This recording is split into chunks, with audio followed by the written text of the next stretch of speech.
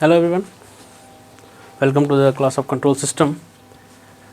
So today we'll start a new topic, that is polar plot. So far we have discussed the Bode plot in frequency domain, and today we'll do another plot, that is polar plot. So what polar plot is? So it's basically the plot of magnitude and angle of GH when we vary our omega, that is frequency, from 0 to infinite. Okay, frequency हमको 0 से infinite very करना है और उस हिसाब से आपका magnitude GH और एंगल GH कैसे वेरी होता है उसको पॉइंट लोकेट करेंगे, फिर उसका GH प्लेन पे और वेक्टरली ऐड कर देंगे, वेक्टर ज्वाइन कर देंगे. ठीक है, बड़ा सिंपल है, इसमें कोई ऐसा सेट ऑफ रूल्स नहीं है. ऐसे पूरे प्लॉट में हम कर रहे थे कि स्टार्टिंग पॉइंट ये, फिर इतना स्लोप ये, इतने कुछ ऐसा नहीं है. जो भी आपको GSHS गिवन होगा आप सिंपल उसका मैग्नीट्यूड लिखिए, फेज एंगल लिखिए, जैसा हम लिखते आ रहे थे फेज फ्रीक्वेंसी रिस्पॉन्स एनालिसिस जब पढ़ा था. तो सिंपल लिखना है मैग्नीट्यूड और एंगल, और ओमेगा के अलग अलग वैल्यू पे. प्लॉट कहाँ से स्टार्ट होगा? ओमेगा इज इक्वल टू 0 से. प्लॉट एंड कहाँ होगा? Omega is equal to infinite पे. और बीच में जितने भी पॉइंट मिलेंगे उन सबको हमको मिला देना है. ठीक है, एक छोटा सा एग्जांपल आप देख रहे होंगे. G S equal to 1/1 plus S T. पहला तो एस को जे ओमेगा लिख लीजिए. पहला काम क्या किया?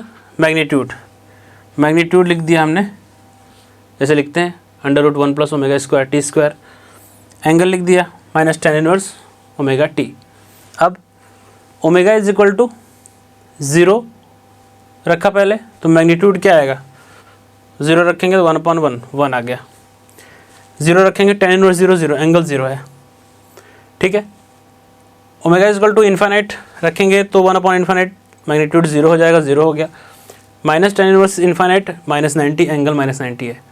बीच का कोई वैल्यू रख लीजिए, लेट्स से 1/t रख लिया तो 1/√2 हो जाएगा. ये tan इनवर्स 1 हो जाएगा, दैट इज़ -45. ठीक है, आपको यहाँ से अब समझ में आ गया होगा कि आपका जो प्लॉट है वो कैसा बनने वाला है. शुरू कहाँ करना? ओमेगा इज इक्वल टू 0 पे, मैग्नीट्यूड 1 है, कुछ यहाँ पे हैं हम. ओमेगा इज इक्वल टू 0 पे हम यहाँ पे हैं, मैग्नीट्यूड 1 है. ठीक है, और एंगल कितना है? 0, इसलिए हम यहाँ पे हैं. एंगल था 0 इसलिए हम यहाँ पे हैं. मैग्नीट्यूड 0 होता, एंगल 90 होता तो हम यहाँ पे होते. मैग्नीट्यूड कुछ होता 1 और एंगल 90 होता तो यहाँ पे होते हम, लेकिन एंगल भी 0 है, मैग्नीट्यूड 1 है तो यहाँ पे है. 1 है मैग्नीट्यूड है, एंगल 0 लाइन है, ये 90 लाइन है, ये 270, और इधर से चलो तो ये -90, ये -180. ठीक है, 0 90 180 2 ऐसा है. अच्छा, अब फाइनली जो है कि omega is equal to infinite पे आपका मैग्नीट्यूड हो जाएगा 0, मतलब हम यहाँ ओरिजिन में पहुँच जाएंगे. और उस टाइम एंगल होगा -90. -90 मतलब कि ये -90 वाली लाइन है, इसके सहारे से आप पहुँच रहे होंगे 0 पे. अब चले कैसे? एक पॉइंट तो ये मिल गया, एक पॉइंट कहीं बीच में हमने लिया था omega is equal to something, तो वहाँ पे मैग्नीट्यूड आया था 1/√2. ओके, और एंगल आया था कुछ 45. इसका मतलब यहाँ से मैग्नीट्यूड और एंगल कुछ ये पॉइंट आपको मिला होगा. 0 से इधर है नेगेटिव एंगल, इधर कोई -45 मिला होगा, और मैग्नीट्यूड यहाँ से वेक्टर 1/√2 होगा. ठीक है, इसका मतलब आपको अंदाज़ा लग गया कि मैं ऐसे ट्रेवल करूँगा. ये आपका प्लॉट बनेगा. -90 के थ्रू इधर आके आपका 0 पे ख़त्म हो गया, -90 मैग्नीट्यूड 0 हो गया. ठीक है, तो बस ओमेगा के अलग अलग वैल्यू पे आपने मैग्नीट्यूड और एंगल लिया और उसको प्लॉट किया. कोई रूल कुछ भी अलग से लगाने का इसमें नहीं है. ठीक है, आप दूसरा एग्जांपल ले लीजिए कोई. सपोज हमारे पास एक है 1/s लेट्स से. ठीक है, तो इसका मैग्नीट्यूड क्या लिखेंगे आप? इसका मैग्नीट्यूड आप लिखेंगे 1/ओमेगा. ठीक है, सिंपल. एंगल क्या लिखेंगे? एंगल आप लिखेंगे -90, 1/j -90 लिखते हैं. अब यहाँ देखिए आपका एंगल है -90 हमेशा है, ओमेगा पे डिपेंड नहीं कर रहा है, मैग्नीट्यूड कर रहा है. तो ओमेगा की वैल्यू 0 रखेंगे तो मैग्नीट्यूड आपका हो जाएगा इन्फाइनाइट. ओमेगा इन्फाइनाइट रखेंगे मैग्नीट्यूड हो जाएगा 0, दिख रहा है साफ साफ. लेकिन एंगल 90 ही रहेगा, -90 दोनों बार. एंगल जो है वो -90 हमेशा रहेगा. तो आपको समझ में आ गया होगा कि प्लॉट कैसा बनाना है। प्लॉट कैसा बनाना है, एंगल हमेशा -90 है, लेकिन ओमेगा इज इक्वल टू 0 जहाँ शुरू करना है, जहाँ पे हमें वहाँ मैग्नीट्यूड इन्फानाइट है, मैग्नीट्यूड कहीं इन्फानाइट से एंगल हमेशा -90 है, और बाद में मैग्नीट्यूड 0 हो गया, लास्ट में एंगल अगेन -90 है। इसका मतलब आप सिंपल इस तरह से जाके यहाँ पे ख़त्म हो जाएंगे, इसी लाइन पे इस तरह से, ये आपका प्लॉट हो जाएगा। 0 पे पहुँच गए मैग्नीट्यूड, एंगल -90 पे ही है, -90 पे एंगल शुरू हुआ था, इन्फानाइट मैग्नीट्यूड था कहीं दूर से, ठीक है। इस तरह से आपकी चीज़ें बनानी है।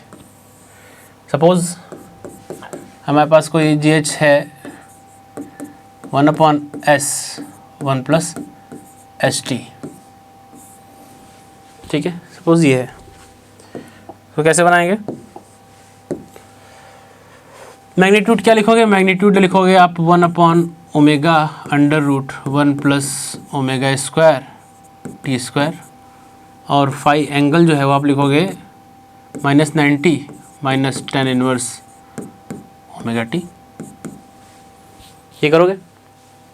अब ओमेगा इज इक्वल टू 0 और m और फाई टेबल बना लीजिए। ओमेगा इज इक्वल टू 0 पे जहाँ स्टार्ट करना है पोलर प्लॉट, मैग्नीट्यूड क्या होगा? इन्फाइनाइट होगा। एंगल क्या होगा? -90, tan इनवर्स 0 0 -90 बचेगा, और फाइनल पॉइंट जो होगा omega is equal to infinite, omega is equal to infinite पे magnitude 1/∞ 0, angle tan inverse infinite -90 -180, ठीक है। बीच में कहीं रखना चाहो तो बीच में भी रख लो। Omega is equal to let's say 1/T, 1/T पे क्या मिलेगा? 1/√2T कुछ, और एंगल मिल जाएगा -135। आपको समझ में आ गया होगा। -180 पे -90 से स्टार्ट हुए थे हम। प्लॉट अगर बनाना जाओगे तो आपको आइडिया लग गया होगा कि हम स्टार्ट करेंगे जब, तो ओमेगा इक्वल टू 0 पे मैग्नीट्यूड है इन्फाइनाइट, एंगल है -90, लास्ट में मैग्नीट्यूड है 0, एंगल है -180। -90 से -180 के थ्रू ख़त्म होना है। बीच में एंगल -135 आ रहा है, मतलब इधर कहीं पॉइंट आएगा, कहीं इधर पॉइंट आएगा। इसका मतलब कि आप ऐसे शुरू होइए इन्फाइनाइट से -90 वाले, और इस तरह से -180 के थ्रू, ये -180 लाइन है, इसके थ्रू आप ख़त्म हो जाइए 0 पे। फाइनली मैग्नीट्यूड हो गया 0, स्टार्टिंग में इन्फाइनाइट था, एंगल -90 था। तो जस्ट आपको ओमेगा के वैल्यू के हिसाब से मैग्नीट्यूड और फेस क्या रहेगा उसको फॉलो करना है और बना देना है प्लॉट, ठीक है। तो अगर आपके पास मिनिमम फेस सिस्टम है जहाँ पे सारे पोल और 0 लेफ्ट साइड पे हैं, तो उसके लिए हम एक शॉर्टकट भी रख सकते हैं एग्ज़ाम्स में, क्योंकि कॉम्पिटिटिव एग्जाम में आपको डायरेक्ट आता है, कुछ बड़ा सा दे देगा और बोलेगा कि इसका पोलर प्लॉट कौन सा है, ऑप्शन 4, ठीक है। तो हाँ, आप ओमेगा की वैल्यू रखिए, निकालिए, इतना टाइम नहीं है। तो मिनिमम फेस सिस्टम अगर है तो उसके लिए हम एक फॉलो कर सकते हैं ये अगर टाइप 0 सिस्टम है आपका, तो आप यहाँ से स्टार्ट होंगे किसी कांस्टेंट वैल्यू से, ठीक है। और टाइप 1 सिस्टम है तो इधर से स्टार्ट होंगे, टाइप 2 सिस्टम है तो इधर से स्टार्ट होंगे, टाइप 3 है तो इधर से स्टार्ट होंगे। ये तो हो गया starting point. Omega equal to 0 पे कहाँ होंगे आप? ओमेगा इक्वल टू इन्फाइनाइट पे लास्ट पॉइंट जो होगा। तो ऑर्डर की बात करेंगे, ऑर्डर अगर 1 है सिस्टम का तो आप इधर ख़त्म होंगे, लास्ट में ख़त्म होंगे इधर। ऑर्डर 2 है तो आप इधर ख़त्म होंगे। ऑर्डर 3 है तो इधर एंड होगा प्लॉट। ऑर्डर 4 है तो इधर प्लॉट एंड होगा, ठीक है। लास्ट प्लॉट आपने देख ला, कंपेयर कर सकते हैं। ये सिस्टम क्या था हमारा? Type 1 order 2, type 1 order 2। अभी आप देखिए इधर टाइप 1 ऑर्डर 2, टाइप 1 हमारा यहाँ से स्टार्ट हो रहा है, ऑर्डर 2 यहाँ ख़त्म हो रहा है। इसी टाइप का प्लॉट बना था, यहाँ से स्टार्ट हो रहा है और यहाँ ख़त्म हो रहा है, ठीक है। अब इस तरह से आपको कोई भी प्लॉट दे दिया जाए, सपोज़ आपको दे दिया GH is equal to 1/S 1 + ST², type 1 order 3, तो आप सीधे बना सकते हैं इसको। अब इसको सीधे बना लीजिए। टाइप 1 मतलब हम यहाँ से स्टार्ट होंगे, यहाँ से स्टार्ट होंगे, ऑर्डर 1, ऑर्डर 2, ऑर्डर 3 यहाँ पे ख़त्म होंगे। तो मतलब कुछ इस तरह का प्लॉट बनेगा, टाइप 1 ऑर्डर 3। और यहीं पे अगर इस तरह से दे दिया जाए, suppose G H is equal to 1/s² 1 + ST का क्यूब, ठीक है। तो इसका क्या करेंगे, इसको क्या करेंगे टाइप 2 ऑर्डर 5। तो ऑर्डर 1 यहाँ, ऑर्डर 2 यहाँ, ऑर्डर 3, ऑर्डर 4 यहाँ, फिर उसके बाद ऑर्डर अगर बढ़ता है तो फिर से आप शुरू हो जाए इधर से। तो ऑर्डर 5, ऑर्डर 6, ऑर्डर 6, 7, 8, 9, 10, 11, 12 ऐसे रिपीट साइकिल करते रहिए। तो अगर यहाँ पे 5 ऑर्डर है, टाइप 2 है, टाइप 0 यहाँ से स्टार्ट होगा, टाइप 1 यहाँ से, टाइप 2 यहाँ से स्टार्ट होंगे। ऑर्डर क्या है 5, तो ऑर्डर 1 यहाँ खत्म होगा, 2 यहाँ, 3 यहाँ, 4 यहाँ, 5 फिर से यहाँ। तो इसका मतलब ये, इसको हम यहाँ से ले जाके ये ऐसे, ये आपका प्लॉट हो गया omega equal to 0, omega equal to infinite. समझ रहे? तो अभी कुछ भी इस तरह से हम करते जाए, डायरेक्ट हम लिख सकते हैं, अपना टाइप और ऑर्डर देख के प्लॉट सिंपल बना सकते हैं। ओके, इसमें कोई दिक्कत नहीं है। लेकिन याद ध्यान रखेंगे कि मिनिमम फेज सिस्टम के लिए है। नॉन मिनिमम फेज सिस्टम की बात करेंगे हम आगे, नेक्स्ट प्लॉट पढ़ेंगे जब, उसमें डिस्कस करेंगे। अब एक सिस्टम है आपका e⁻⁻st। इसकी बात हमने पहले भी की थी जब फेज मार्जिन पढ़ रहे थे। इसका मैग्नीट्यूड लिखना आपको पता है, मैग्नीट्यूड हमेशा 1 होगा। एस की जगह j ओमेगा रखेंगे, वो होता है cos theta j omega sin theta, cos theta plus j sin theta या माइनस j sin थीटा। इसका मैग्नीट्यूड हमेशा अब cos² theta plus sin² theta 1 होगा, ठीक है। और एंगल जो होगा डायरेक्ट सीधे ये हो जाएगा, एंगल आपका सीधे -ωt लिख सकते हैं आप। ओके, तो इस केस में क्या होगा, अब इस केस की बात करें तो आपको पता है मैग्नीट्यूड जो है हमेशा 1 है। मैग्नीट्यूड चेंज नहीं हो रहा है, ओमेगा के साथ वेरी नहीं कर रहा है। और एंगल का क्या है, ओमेगा इक्वल टू इनफाइनाइट रखोगे तो एंगल इनफाइनाइट, 0 रखोगे तो 0। तो इसका प्लॉट कहाँ होगा, ओमेगा एंगल 0 है, मैग्नीट्यूड 1 है, लेकिन मैग्नीट्यूड हमेशा 1 रहना है। तो तभी पॉसिबल है जब एक हमको यूनिट सर्किल मिले जहाँ इसका रेडियस 1 हो। आप पूरा एंगल घूमिए 0 से इनफाइनाइट, मैग्नीट्यूड 1 रहना चाहिए, इस तरह का मिल जाएगा। और वहीं थोड़ा सा चेंज किया, e⁻⁻st/1 + st कर दिया, तो उसका मैग्नीट्यूड हो गया। अब मैग्नीट्यूड हमेशा 1 नहीं है, ओमेगा इक्वल टू 0 है तो मैग्नीट्यूड इनफाइनाइट है, ओमेगा इक्वल टू इनफाइनाइट है तो मैग्नीट्यूड 0 है। तो इनफाइनाइट मैग्नीट्यूड से कहीं से स्टार्ट होगा और 0 पे ख़त्म होगा एंगल, लेकिन जो है ओमेगा इक्वल टू इनफाइनाइट पे angle infinite, omega equal to 0 पे एंगल 0 है। तो कहीं से शुरू होंगे और ख़त्म होंगे 0 पे पहुँचेंगे, मैग्नीट्यूड लास्ट में 0 होना है, मैग्नीट्यूड लास्ट में 0 होना है, ठीक है। तो इस तरह से जैसे सर्कल बनाओ सिंगल, जहाँ पे मल्टीपल सर्कल बनेंगे और लास्ट में 0 पे आप ख़त्म हो जाएंगे, ठीक है। तो ये सब एग्ज़ाम में क्या होता है, प्लॉट बना रहेगा, ट्रांसफर फंक्शन दिया रहेगा, कॉम्पिटिटिव एग्जाम में आपको देख के बता देना है, हाँ ये तो इस टाइप का प्लॉट होगा, ठीक है। आइडिया आपको लग जाएगा, बहुत डिटेल में इसमें ज़रूरत नहीं होती है।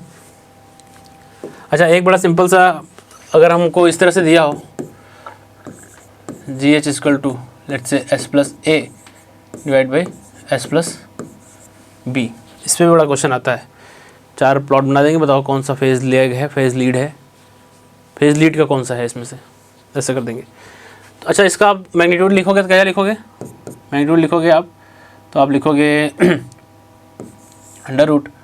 √ओमेगा² + A² डिवाइड बाई √ओमेगा² + B², ठीक है।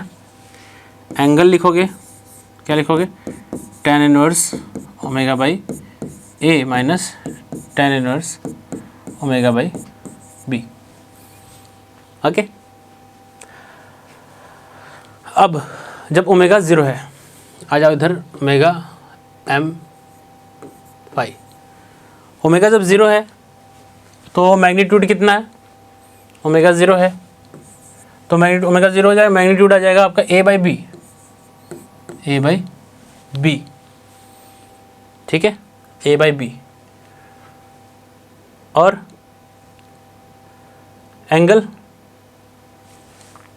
0 0 0 एंगल है 0। ओमेगा फाइनली इनफाइनाइट कर देंगे, अगर इनफाइनाइट कर देते हैं तो इनफाइनाइट मैग्नीट्यूड हमारा कॉमन कर लीजिए आप, ओमेगा स्क्वायर इसमें से कॉमन कर लीजिए a बाई ओमेगा स्क्वायर, तो मैग्नीट्यूड हो जाएगा कितना 1 1। ओमेगा कॉमन कर लीजिए तो a square by omega, b square by omega square, infinite रखेंगे तो वो टर्म 0 पहला 1 बच जाएगा दोनों तरफ, मैग्नीट्यूड 1। और angle angle angle again 0, 90 minus 90, tan inverse infinite 90, tan inverse infinite a minus 90, angle 0। ठीक है, तो इसका मतलब आप अगर प्लॉट बनाने जाएंगे, अब डिपेंड करता है आपके a और b के रिलेशन पे। Suppose b is greater than a, b is greater than a, इसका मतलब ये a बाई b आपका एक से छोटा होगा। तो आप कहीं ओमेगा इक्वल टू जब 0 है तो आप यहाँ पे हैं, और ये आपका जो पॉइंट है ये आपका a बाई b पॉइंट है, और ये है 1, यहाँ आप ओमेगा इक्वल टू 0 पे यहाँ रहेंगे। तो अब यहाँ से आप ऊपर से जाएंगे कि नीचे से जाएंगे, ये दो ऑप्शन है, किधर से जाएंगे, यही ऑप्शन में आदमी गलती करता है। ठीक है, तो किधर से जाएंगे, तो आपको 1 तक पहुँचना है। ठीक है, और ये है क्या कि अगर b ग्रेटर देन a है, इसका मतलब यहाँ पे आपको एक 0 है और यहाँ पे पोल है। ठीक है, ये b है, a है, फेज लीड, ये फेज लीड है। फेज लीड का फिर कैसे बनेगा, फेज लीड मतलब जब 0 नज़दीक हो तो फेज लीड, पोल नज़दीक हो ओरिजिन के तो फेज लैग, फेज लीड है।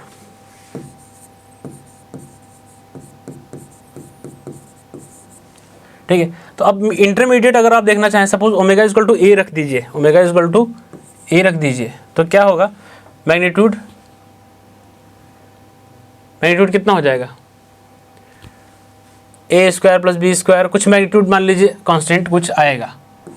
ठीक है, हमें मेन एंगल से मतलब है, हम नीचे से जाना है कि ऊपर जाना है, एंगल बता देगा हमको। तो ओमेगा इक्वल टू a रख देंगे तो एंगल कितना हो जाएगा, tan inverse omega by a मतलब 45। ठीक है, 45, यहाँ a रख देंगे, tan inverse a by b। अब आपको मालूम है कि b is greater than a, तो इसका मतलब tan इनवर्स जो भी आएगा लेस देन 1 होगा, tan इनवर्स लेस देन 1 होगा। इसका मतलब ये जो एंगल आएगा ऑब्वियसली 45 से कम होगा, क्योंकि 45 के बाद तो आपका एंगल बढ़ जाएगा, tan 60 जो है वो √3 हो जाता है, 1.732। ठीक है, tan 45, तो इसका मतलब जो भी यहाँ पे एंगल आएगा वो 45 से एंगल से नीचे ही रहेगा। इसका मतलब ये 45 है, ये 45 से कम एंगल, तो इसका मतलब ये एंगल पॉजिटिव रहेगा, तो कहीं ऊपर ही आएंगे। इसका मतलब आपको मालूम चल गया कि आपको इस तरह से ट्रैवल करना है। ठीक है, तो कभी भी फेज लीड जब आएगा तो आपको इस तरह का डायग्राम होगा। ऐसा नहीं है कि आपने ऐसा बना दिया कि भाई ठीक है, मान लीजिए फेज लीड है, a बाई b हमारा इधर है और 1 इधर है, तो आपने बना दिया ऐसे, गलत हो जाएगा। ठीक है, ऑप्शन में इस तरह से रहेंगे, 4 इधर से और 4 वापस उल्टा, आपको पता करना रहेगा कौन सा फेज लीड है। ठीक है, फेज लैग बनाना चाहें यहीं पे फेज लैग, तो मतलब फेज लैग बनाने का मतलब a greater than b, a greater than b कर दोगे अगर आप, तो ये जो मैग्नीट्यूड है a by b, a greater than b के लिए अगर बनाना चाहो, ये हो जाएगा फेज लैग। तो इसका मतलब वो 1 से ज़्यादा है, 1 आपका कहीं इधर है और ये पॉइंट a बाई b इधर आएगा, 1 से ज़्यादा है, a अगर ग्रेटर देन b है तो। ठीक है, और एंगल क्या हो जाएगा तब, अब यहाँ पे a बाई b आपका ग्रेटर देन 1, इसका मतलब ये 45 से ज़्यादा हो जाएगा, ये 45 अगर ओमेगा इक्वल टू a रखते हो तो ये नेगेटिव एंगल आएगा। इसका मतलब अब आप इस तरह से ट्रेवल करेंगे, ये आपका फेज लैग कंपनसेटर है। तो ये चारों बने रहेंगे इस तरह से, एक ऐसा भी बना रहेगा, ये इस तरह से, ये 1 है, ये a बाई b है। पूछ देगा कौन सा चारों में से फेज लीड है, कौन सा चारों में से फेज लीड है और कौन सा फेज लैग है, कोई एक क्वेश्चन आ सकता है। तो ये आपका फेज लीड है बस, और कौन सा फेज लैग है, ये आपका फेज लैग है, वो बाकी दोनों गलत हैं। ठीक है, ये हमने चेक किया है। तो आपको इस तरह से चेक करना है चीज़ों को। कभी भी डायग्राम दे दे 4 और इस तरह का s+a/s+b दे दे, s+3 s+5 कुछ भी दे दे, तो आपको चेक करना है। ठीक है, 3 5 दे देगा, सीधे आपको पता चल जाएगा कि कौन सा बड़ा छोटा है, फेज लीड है लैग है, वो तो पता चल जाएगा। लेकिन डायग्राम कैसा बनेगा, कौन सा है, ये आपको इस तरह से चेक कर लेना है। ओके, ठीक है। नेक्स्ट एक कॉन्सेप्ट देखते हैं हम, कॉन्सेप्ट ऑफ इनक्लोज्ड। क्या है ये? तो कोई भी एक रैंडम पाथ है हमारा, जैसे कि हम अपना पोलर बना रहे हैं, तो एक डायरेक्शन दे रहे हैं ना, पाथ है उसका। तो क्या होगा, all RHS point of a given path direction are said to be enclosed. तो जो भी ये पाथ है, इसमें ये उसका डायरेक्शन है सपोज, तो इसके RHS में जो भी पॉइंट हैं, ठीक है, ये ऐसे चल रहे हैं, तो इसके राइट साइड में जो भी पॉइंट है उसको हम इनक्लोज्ड बोलेंगे। तो इस पर्टिकुलर केस में हमारा पॉइंट A इनक्लोज्ड है और B और C बाहर हो जा रहे हैं। लेकिन अगर डायरेक्शन बदल जाए, ऐसे हो जाए, थ्योरी अभी भी वही है कि राइट साइड का जो पार्ट होगा RHS का, वो इनक्लोज्ड मानेंगे। तो आप ऐसे चल रहे हैं तो राइट साइड उधर हो गया, तो इसका मतलब बाहर वाले पोर्शन सब आपके इनक्लोज्ड हो गए। तो इसका मतलब आपका पॉइंट B और C यहाँ पे इनक्लोज्ड हो गया, A बाहर हो गया। देखने में लग रहा है A अंदर है, बट डायरेक्शन के हिसाब से राइट साइड का पोर्शन जो है उसको हम इनक्लोज्ड मानते हैं। ठीक है, तो इस कॉन्सेप्ट के हिसाब से आपको आगे एनालाइज करना होगा। ऐसे छोटे छोटे गेट में भी क्वेश्चन आते हैं, जैसे ये सपोज पोलर प्लॉट है, ठीक है, ये K की यहाँ पे जो है, यहाँ मैग्नीट्यूड K है। तो स्टेबिलिटी के लिए एक पॉइंट है कि पॉइंट -1 + j0 पॉइंट अगर हमारा इनक्लोज्ड हो गया तो आपका सिस्टम हो जाएगा अनस्टेबल। तो for the system to be stable हम चाहेंगे कि हमारा पॉइंट -1 + j0 इनक्लोज्ड ना हो। तो अगर हम ऐसा चाहते हैं तो इस केस में जो डायरेक्शन है इस तरह से है, तो हम चाहेंगे कि हमारा K शुड बी <1 हो, तभी ये पॉइंट जो है 1 के इधर रह पाएगा, क्योंकि इसके डायरेक्शन इस तरह से है तो इसका राइट साइड इनक्लोज्ड है। तो अगर ये पॉइंट इधर आ गया तो -1 को भी इनक्लोज्ड कर लेगा और सिस्टम हो जाएगा अनस्टेबल। तो सिस्टम स्टेबल अगर तभी रहेगा जब K शुड बी <1, ये पॉइंट हमारा 1 से छोटा रहे, इस तरह से रहे। K अगर >1 हो गया, देखो K अगर हमारा >1 हो गया तो ये पॉइंट जो था ये इधर आ गया, इसने 1 को इनक्लोज्ड कर लिया, तो हमारा सिस्टम हो जाएगा अनस्टेबल। और वहीं अगर प्लॉट आपके इस तरह से है, डायरेक्शन ये है, तो थ्योरी वही है कि राइट साइड जो है इसको इनक्लोज्ड मानेंगे। तो इसके राइट साइड ये वाले पोर्शंस हैं। तो अभी देखिए आप, अब अगर आप K = 1 करते हैं, ठीक है, ये पॉइंट K को 1 से छोटा रखते हैं, तो इसका मतलब इसने 1 को इनक्लोज कर लिया, क्योंकि बाहर वाले अब इनक्लोज्ड हैं डायरेक्शन के हिसाब से। तो यहाँ सिस्टम हो जाएगा अनस्टेबल। यहाँ आपको स्टेबल करने के लिए क्या करना होगा, यहाँ K शुड बी >1, ये पॉइंट आपको बाहर करिए ताकि K जो है इनक्लोज 1 जो है वो इनक्लोज ना हो, कहीं इधर आ जाए। ठीक है, क्योंकि ये डायरेक्शन के हिसाब से इधर का पोर्शन सब इनक्लोज माना जा रहा है। ये कॉन्सेप्ट बिल्कुल क्लियर रखेंगे। ठीक है, चलिए एक एग्जांपल ले लेता हूँ। ये एग्जांपल है, ठीक है, यहाँ बोला कि सिस्टम के स्टेबल होने के लिए आप K की रेंज बताइए, K की रेंज बताइए। तो क्या बताएंगे, अब पहले इस पॉइंट को देखिए, ये पॉइंट देखिए, ये पॉइंट आपको दिख रहा है यहाँ पे। अब आपको डायरेक्शन ये है इसकी, तो इसका राइट साइड ये हुआ, ये सब मतलब इधर वाले सारे इनक्लोज्ड माने जा रहे हैं।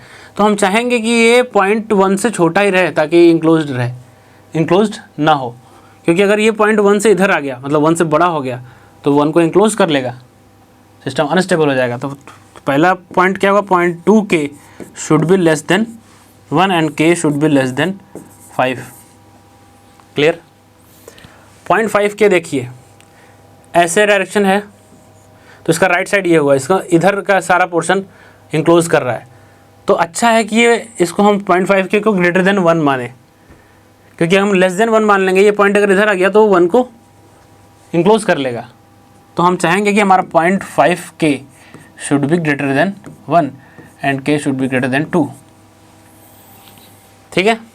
इसकी बात करें पॉइंट 8K की, तो ये डायरेक्शन ऐसे है, ऐसे चल रहा है, तो इसका राइट साइड तो ये हुआ, तो ये सारे इंक्लोज हो रहे हैं। तो इसका मतलब अगर ये 1 से बड़ा है तो ये 1 को इंक्लोज कर लेगा। हम चाहेंगे कि ये पॉइंट हट के इधर आ जाए कहीं, ताकि 1 बाहर निकल जाए। तो इसका मतलब point 8K should be less than 1 and K should be less than 1.25। Clear है। अब इसमें से कौन सा लेना है स्टेबिलिटी के लिए, तीनों के लिए स्टेबल है, उसके हम बाद में डिस्कस करते हैं अभी। तो आओ हम देख लेते हैं। तो इस तरह से आपको डिसाइड करना है कौन सा इंक्लोज कर रहा है, कौन सा पॉइंट इंक्लोज नहीं कर रहा है, पाथ के डायरेक्शन के हिसाब से। अब थोड़ा हम एनालाइज करते हैं अपने इस पोलर प्लॉट को। इसमें हम सारे पैरामीटर कैसे डिसाइड करते हैं। जैसे बोडे प्लॉट को पता, तो वो पॉइंट हमारा गेन क्रॉसओवर फ्रीक्वेंसी होता है। फेस प्लॉट जब -180 को क्रॉस करेगा, वो पर्टिकुलर पॉइंट हमारा फेस क्रॉसओवर फ्रीक्वेंसी होता है। रूट लोकस में हम पढ़ रहे थे कि इमेजिनरी एक्सिस को जब कट करेगा आपका root locus, that point will be your phase crossover frequency. तो ये सारी चीज़ें यहाँ पोलर प्लॉट में क्या है, ठीक है। तो सपोज हमारे पास एक पोलर प्लॉट है इधर, इसको हटाओ,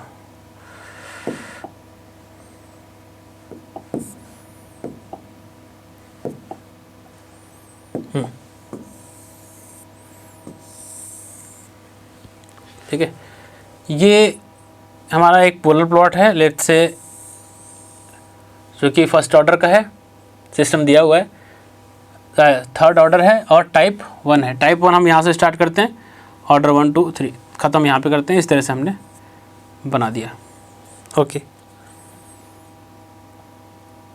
अब आपका एक यूनिट सर्किल है, एक आपका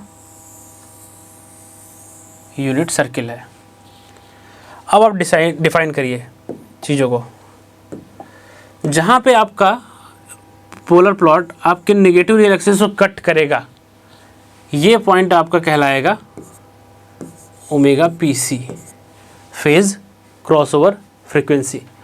और उसके करस्पॉन्डिंग जो ये मैग्नीट्यूड होगा आपका, सपोज K है, तो यही गेन मार्जिन हो जाएगा आपका इसका रेसिप्रोकल 1/K।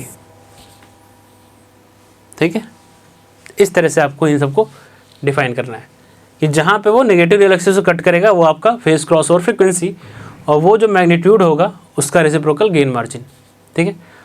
और जहाँ ये पोलर प्लॉट आपके यूनिट सर्किल को कट करेगा, यूनिट सर्किल को कट करेगा, ये पॉइंट आपका हो जाएगा गेन क्रॉसओवर फ्रीक्वेंसी। और आप ओरिजिन से इसको मिला दीजिए, तो जो ये एंगल बनेगा, ये जो एंगल बनेगा, यही आपका है फेज मार्जिन। ये जो एंटी क्लॉकवाइज एंगल बनेगा, तो एंटी क्लॉकवाइज एंगल बनेगा उसको पॉजिटिव लेंगे, phase margin positive. Clockwise angle बना तो फेज मार्जिन नेगेटिव। ठीक है। तो अभी फेज मार्जिन पॉजिटिव मिल रहा है इस कंडीशन में। तो एक ऐसी कंडीशन है, ये कैसी कंडीशन है, फेज मार्जिन गेन मार्जिन सब पॉजिटिव मिल रहा है। क्यों? देखिए आप, ओमेगा = 0 से इन्फिनिट इस तरह से चले होंगे पोलर प्लॉट, तो इसका मतलब पहले जो यहाँ फ्रीक्वेंसी पड़ी है ओमेगा GC, वो पहले पड़ी होगी, और फिर उसके बाद ये जो ओमेगा PC पड़ी वो बाद में पड़ी। इसका मतलब ओमेगा PC ओमेगा GC से बड़ा है। वो कंडीशन आपकी फिर से आ गई, your omega PC should be greater than your omega GC। ठीक है, for the system to be stable, तभी हमारा गेन मार्जिन फेज मार्जिन दोनों पॉजिटिव होगा।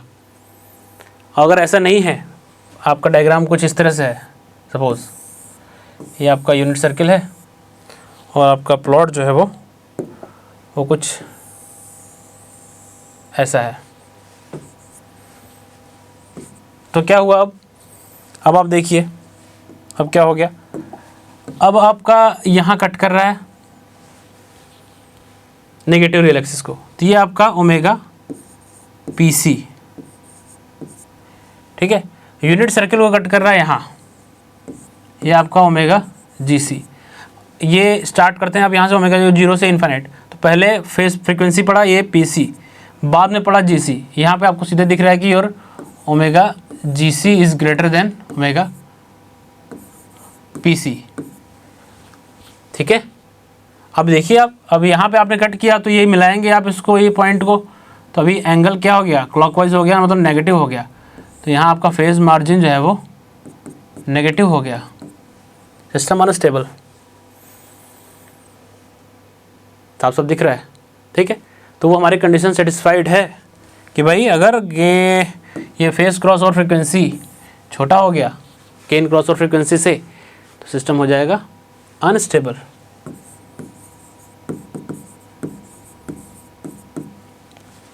क्लियर है। तो ये इस तरह से आपको इसको एसेस करना है, ये पॉइंट आपको ध्यान में रखना है। कौन सा पॉइंट आपका फेस क्रॉस ओवर फ्रीक्वेंसी है, दिस वन, जहाँ पे नेगेटिव रियल एक्सिस को कट करेगा पोलर प्लॉट, और जहाँ पे यूनिट सर्किल को कट करेगा वो ओमेगा जीसी है।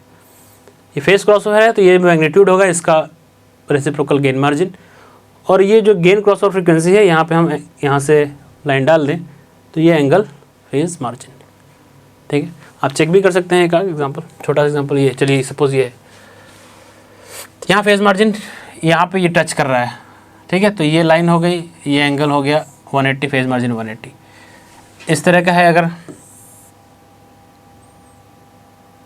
यूनिट सर्किल ये है, आपका प्लॉट कुछ इस तरह का है। अब ये देखिए नेगेटिव रियल एक्सिस को तो कट कर ही नहीं रहा है, तो गेन मार्जिन तो इसका इनफाइनाइट हमेशा है, फेस क्रॉस ओवर फ्रीक्वेंसी कुछ है ही नहीं। यूनिट सर्किल को कट किया है इसने, यहाँ किया है सपोज इस बार, तो इसका अगर आप वो देखेंगे एंगल तो ये रहेगा कुछ 90 से 180 के बीच में है एंगल। तो फेज मार्जिन इस केस में अगर आप देखेंगे फेज मार्जिन तो 180 से छोटा है और 90 से बड़ा है, ठीक है। इस केस में 0 है, फेज मार्जिन इनफाइनाइट, कुछ है ही नहीं, कट ही नहीं कर रहा है नेगेटिव रियल एक्सिस को, ठीक है। तो इस तरह से अब सपोज एक क्वेश्चन दे दे आपको, देखो एग्जाम में कैसे क्वेश्चन आते हैं। ये सपोज आपका यूनिट सर्किल है, ठीक है, यूनिट सर्किल है, और एग्जांपल मैं ले लेता हूँ ये कुछ इस तरह का,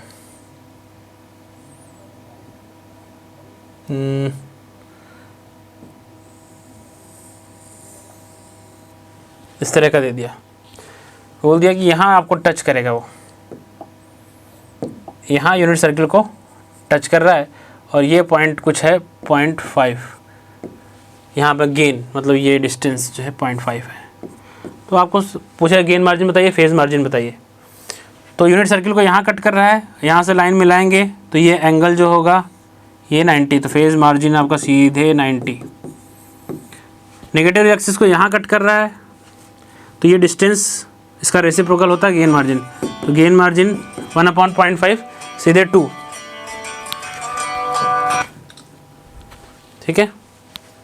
गेन मार्जिन आपका 1/0.5 इक्वल टू 2। तो डायरेक्ट क्वेश्चन कर सकते हैं, बहुत छोटे देखेंगे, देख के सीधे। तो अगर बेसिक कॉन्सेप्ट आप क्लियर रखेंगे इसमें तो ये सब क्वेश्चन आपके आते हैं कॉम्पिटिटिव एग्जाम में, आप डायरेक्टली इसको देख देख के ही कर सकते हैं, इसमें कुछ बहुत ज़्यादा कैलकुलेशन की ज़रूरत नहीं है, ठीक है।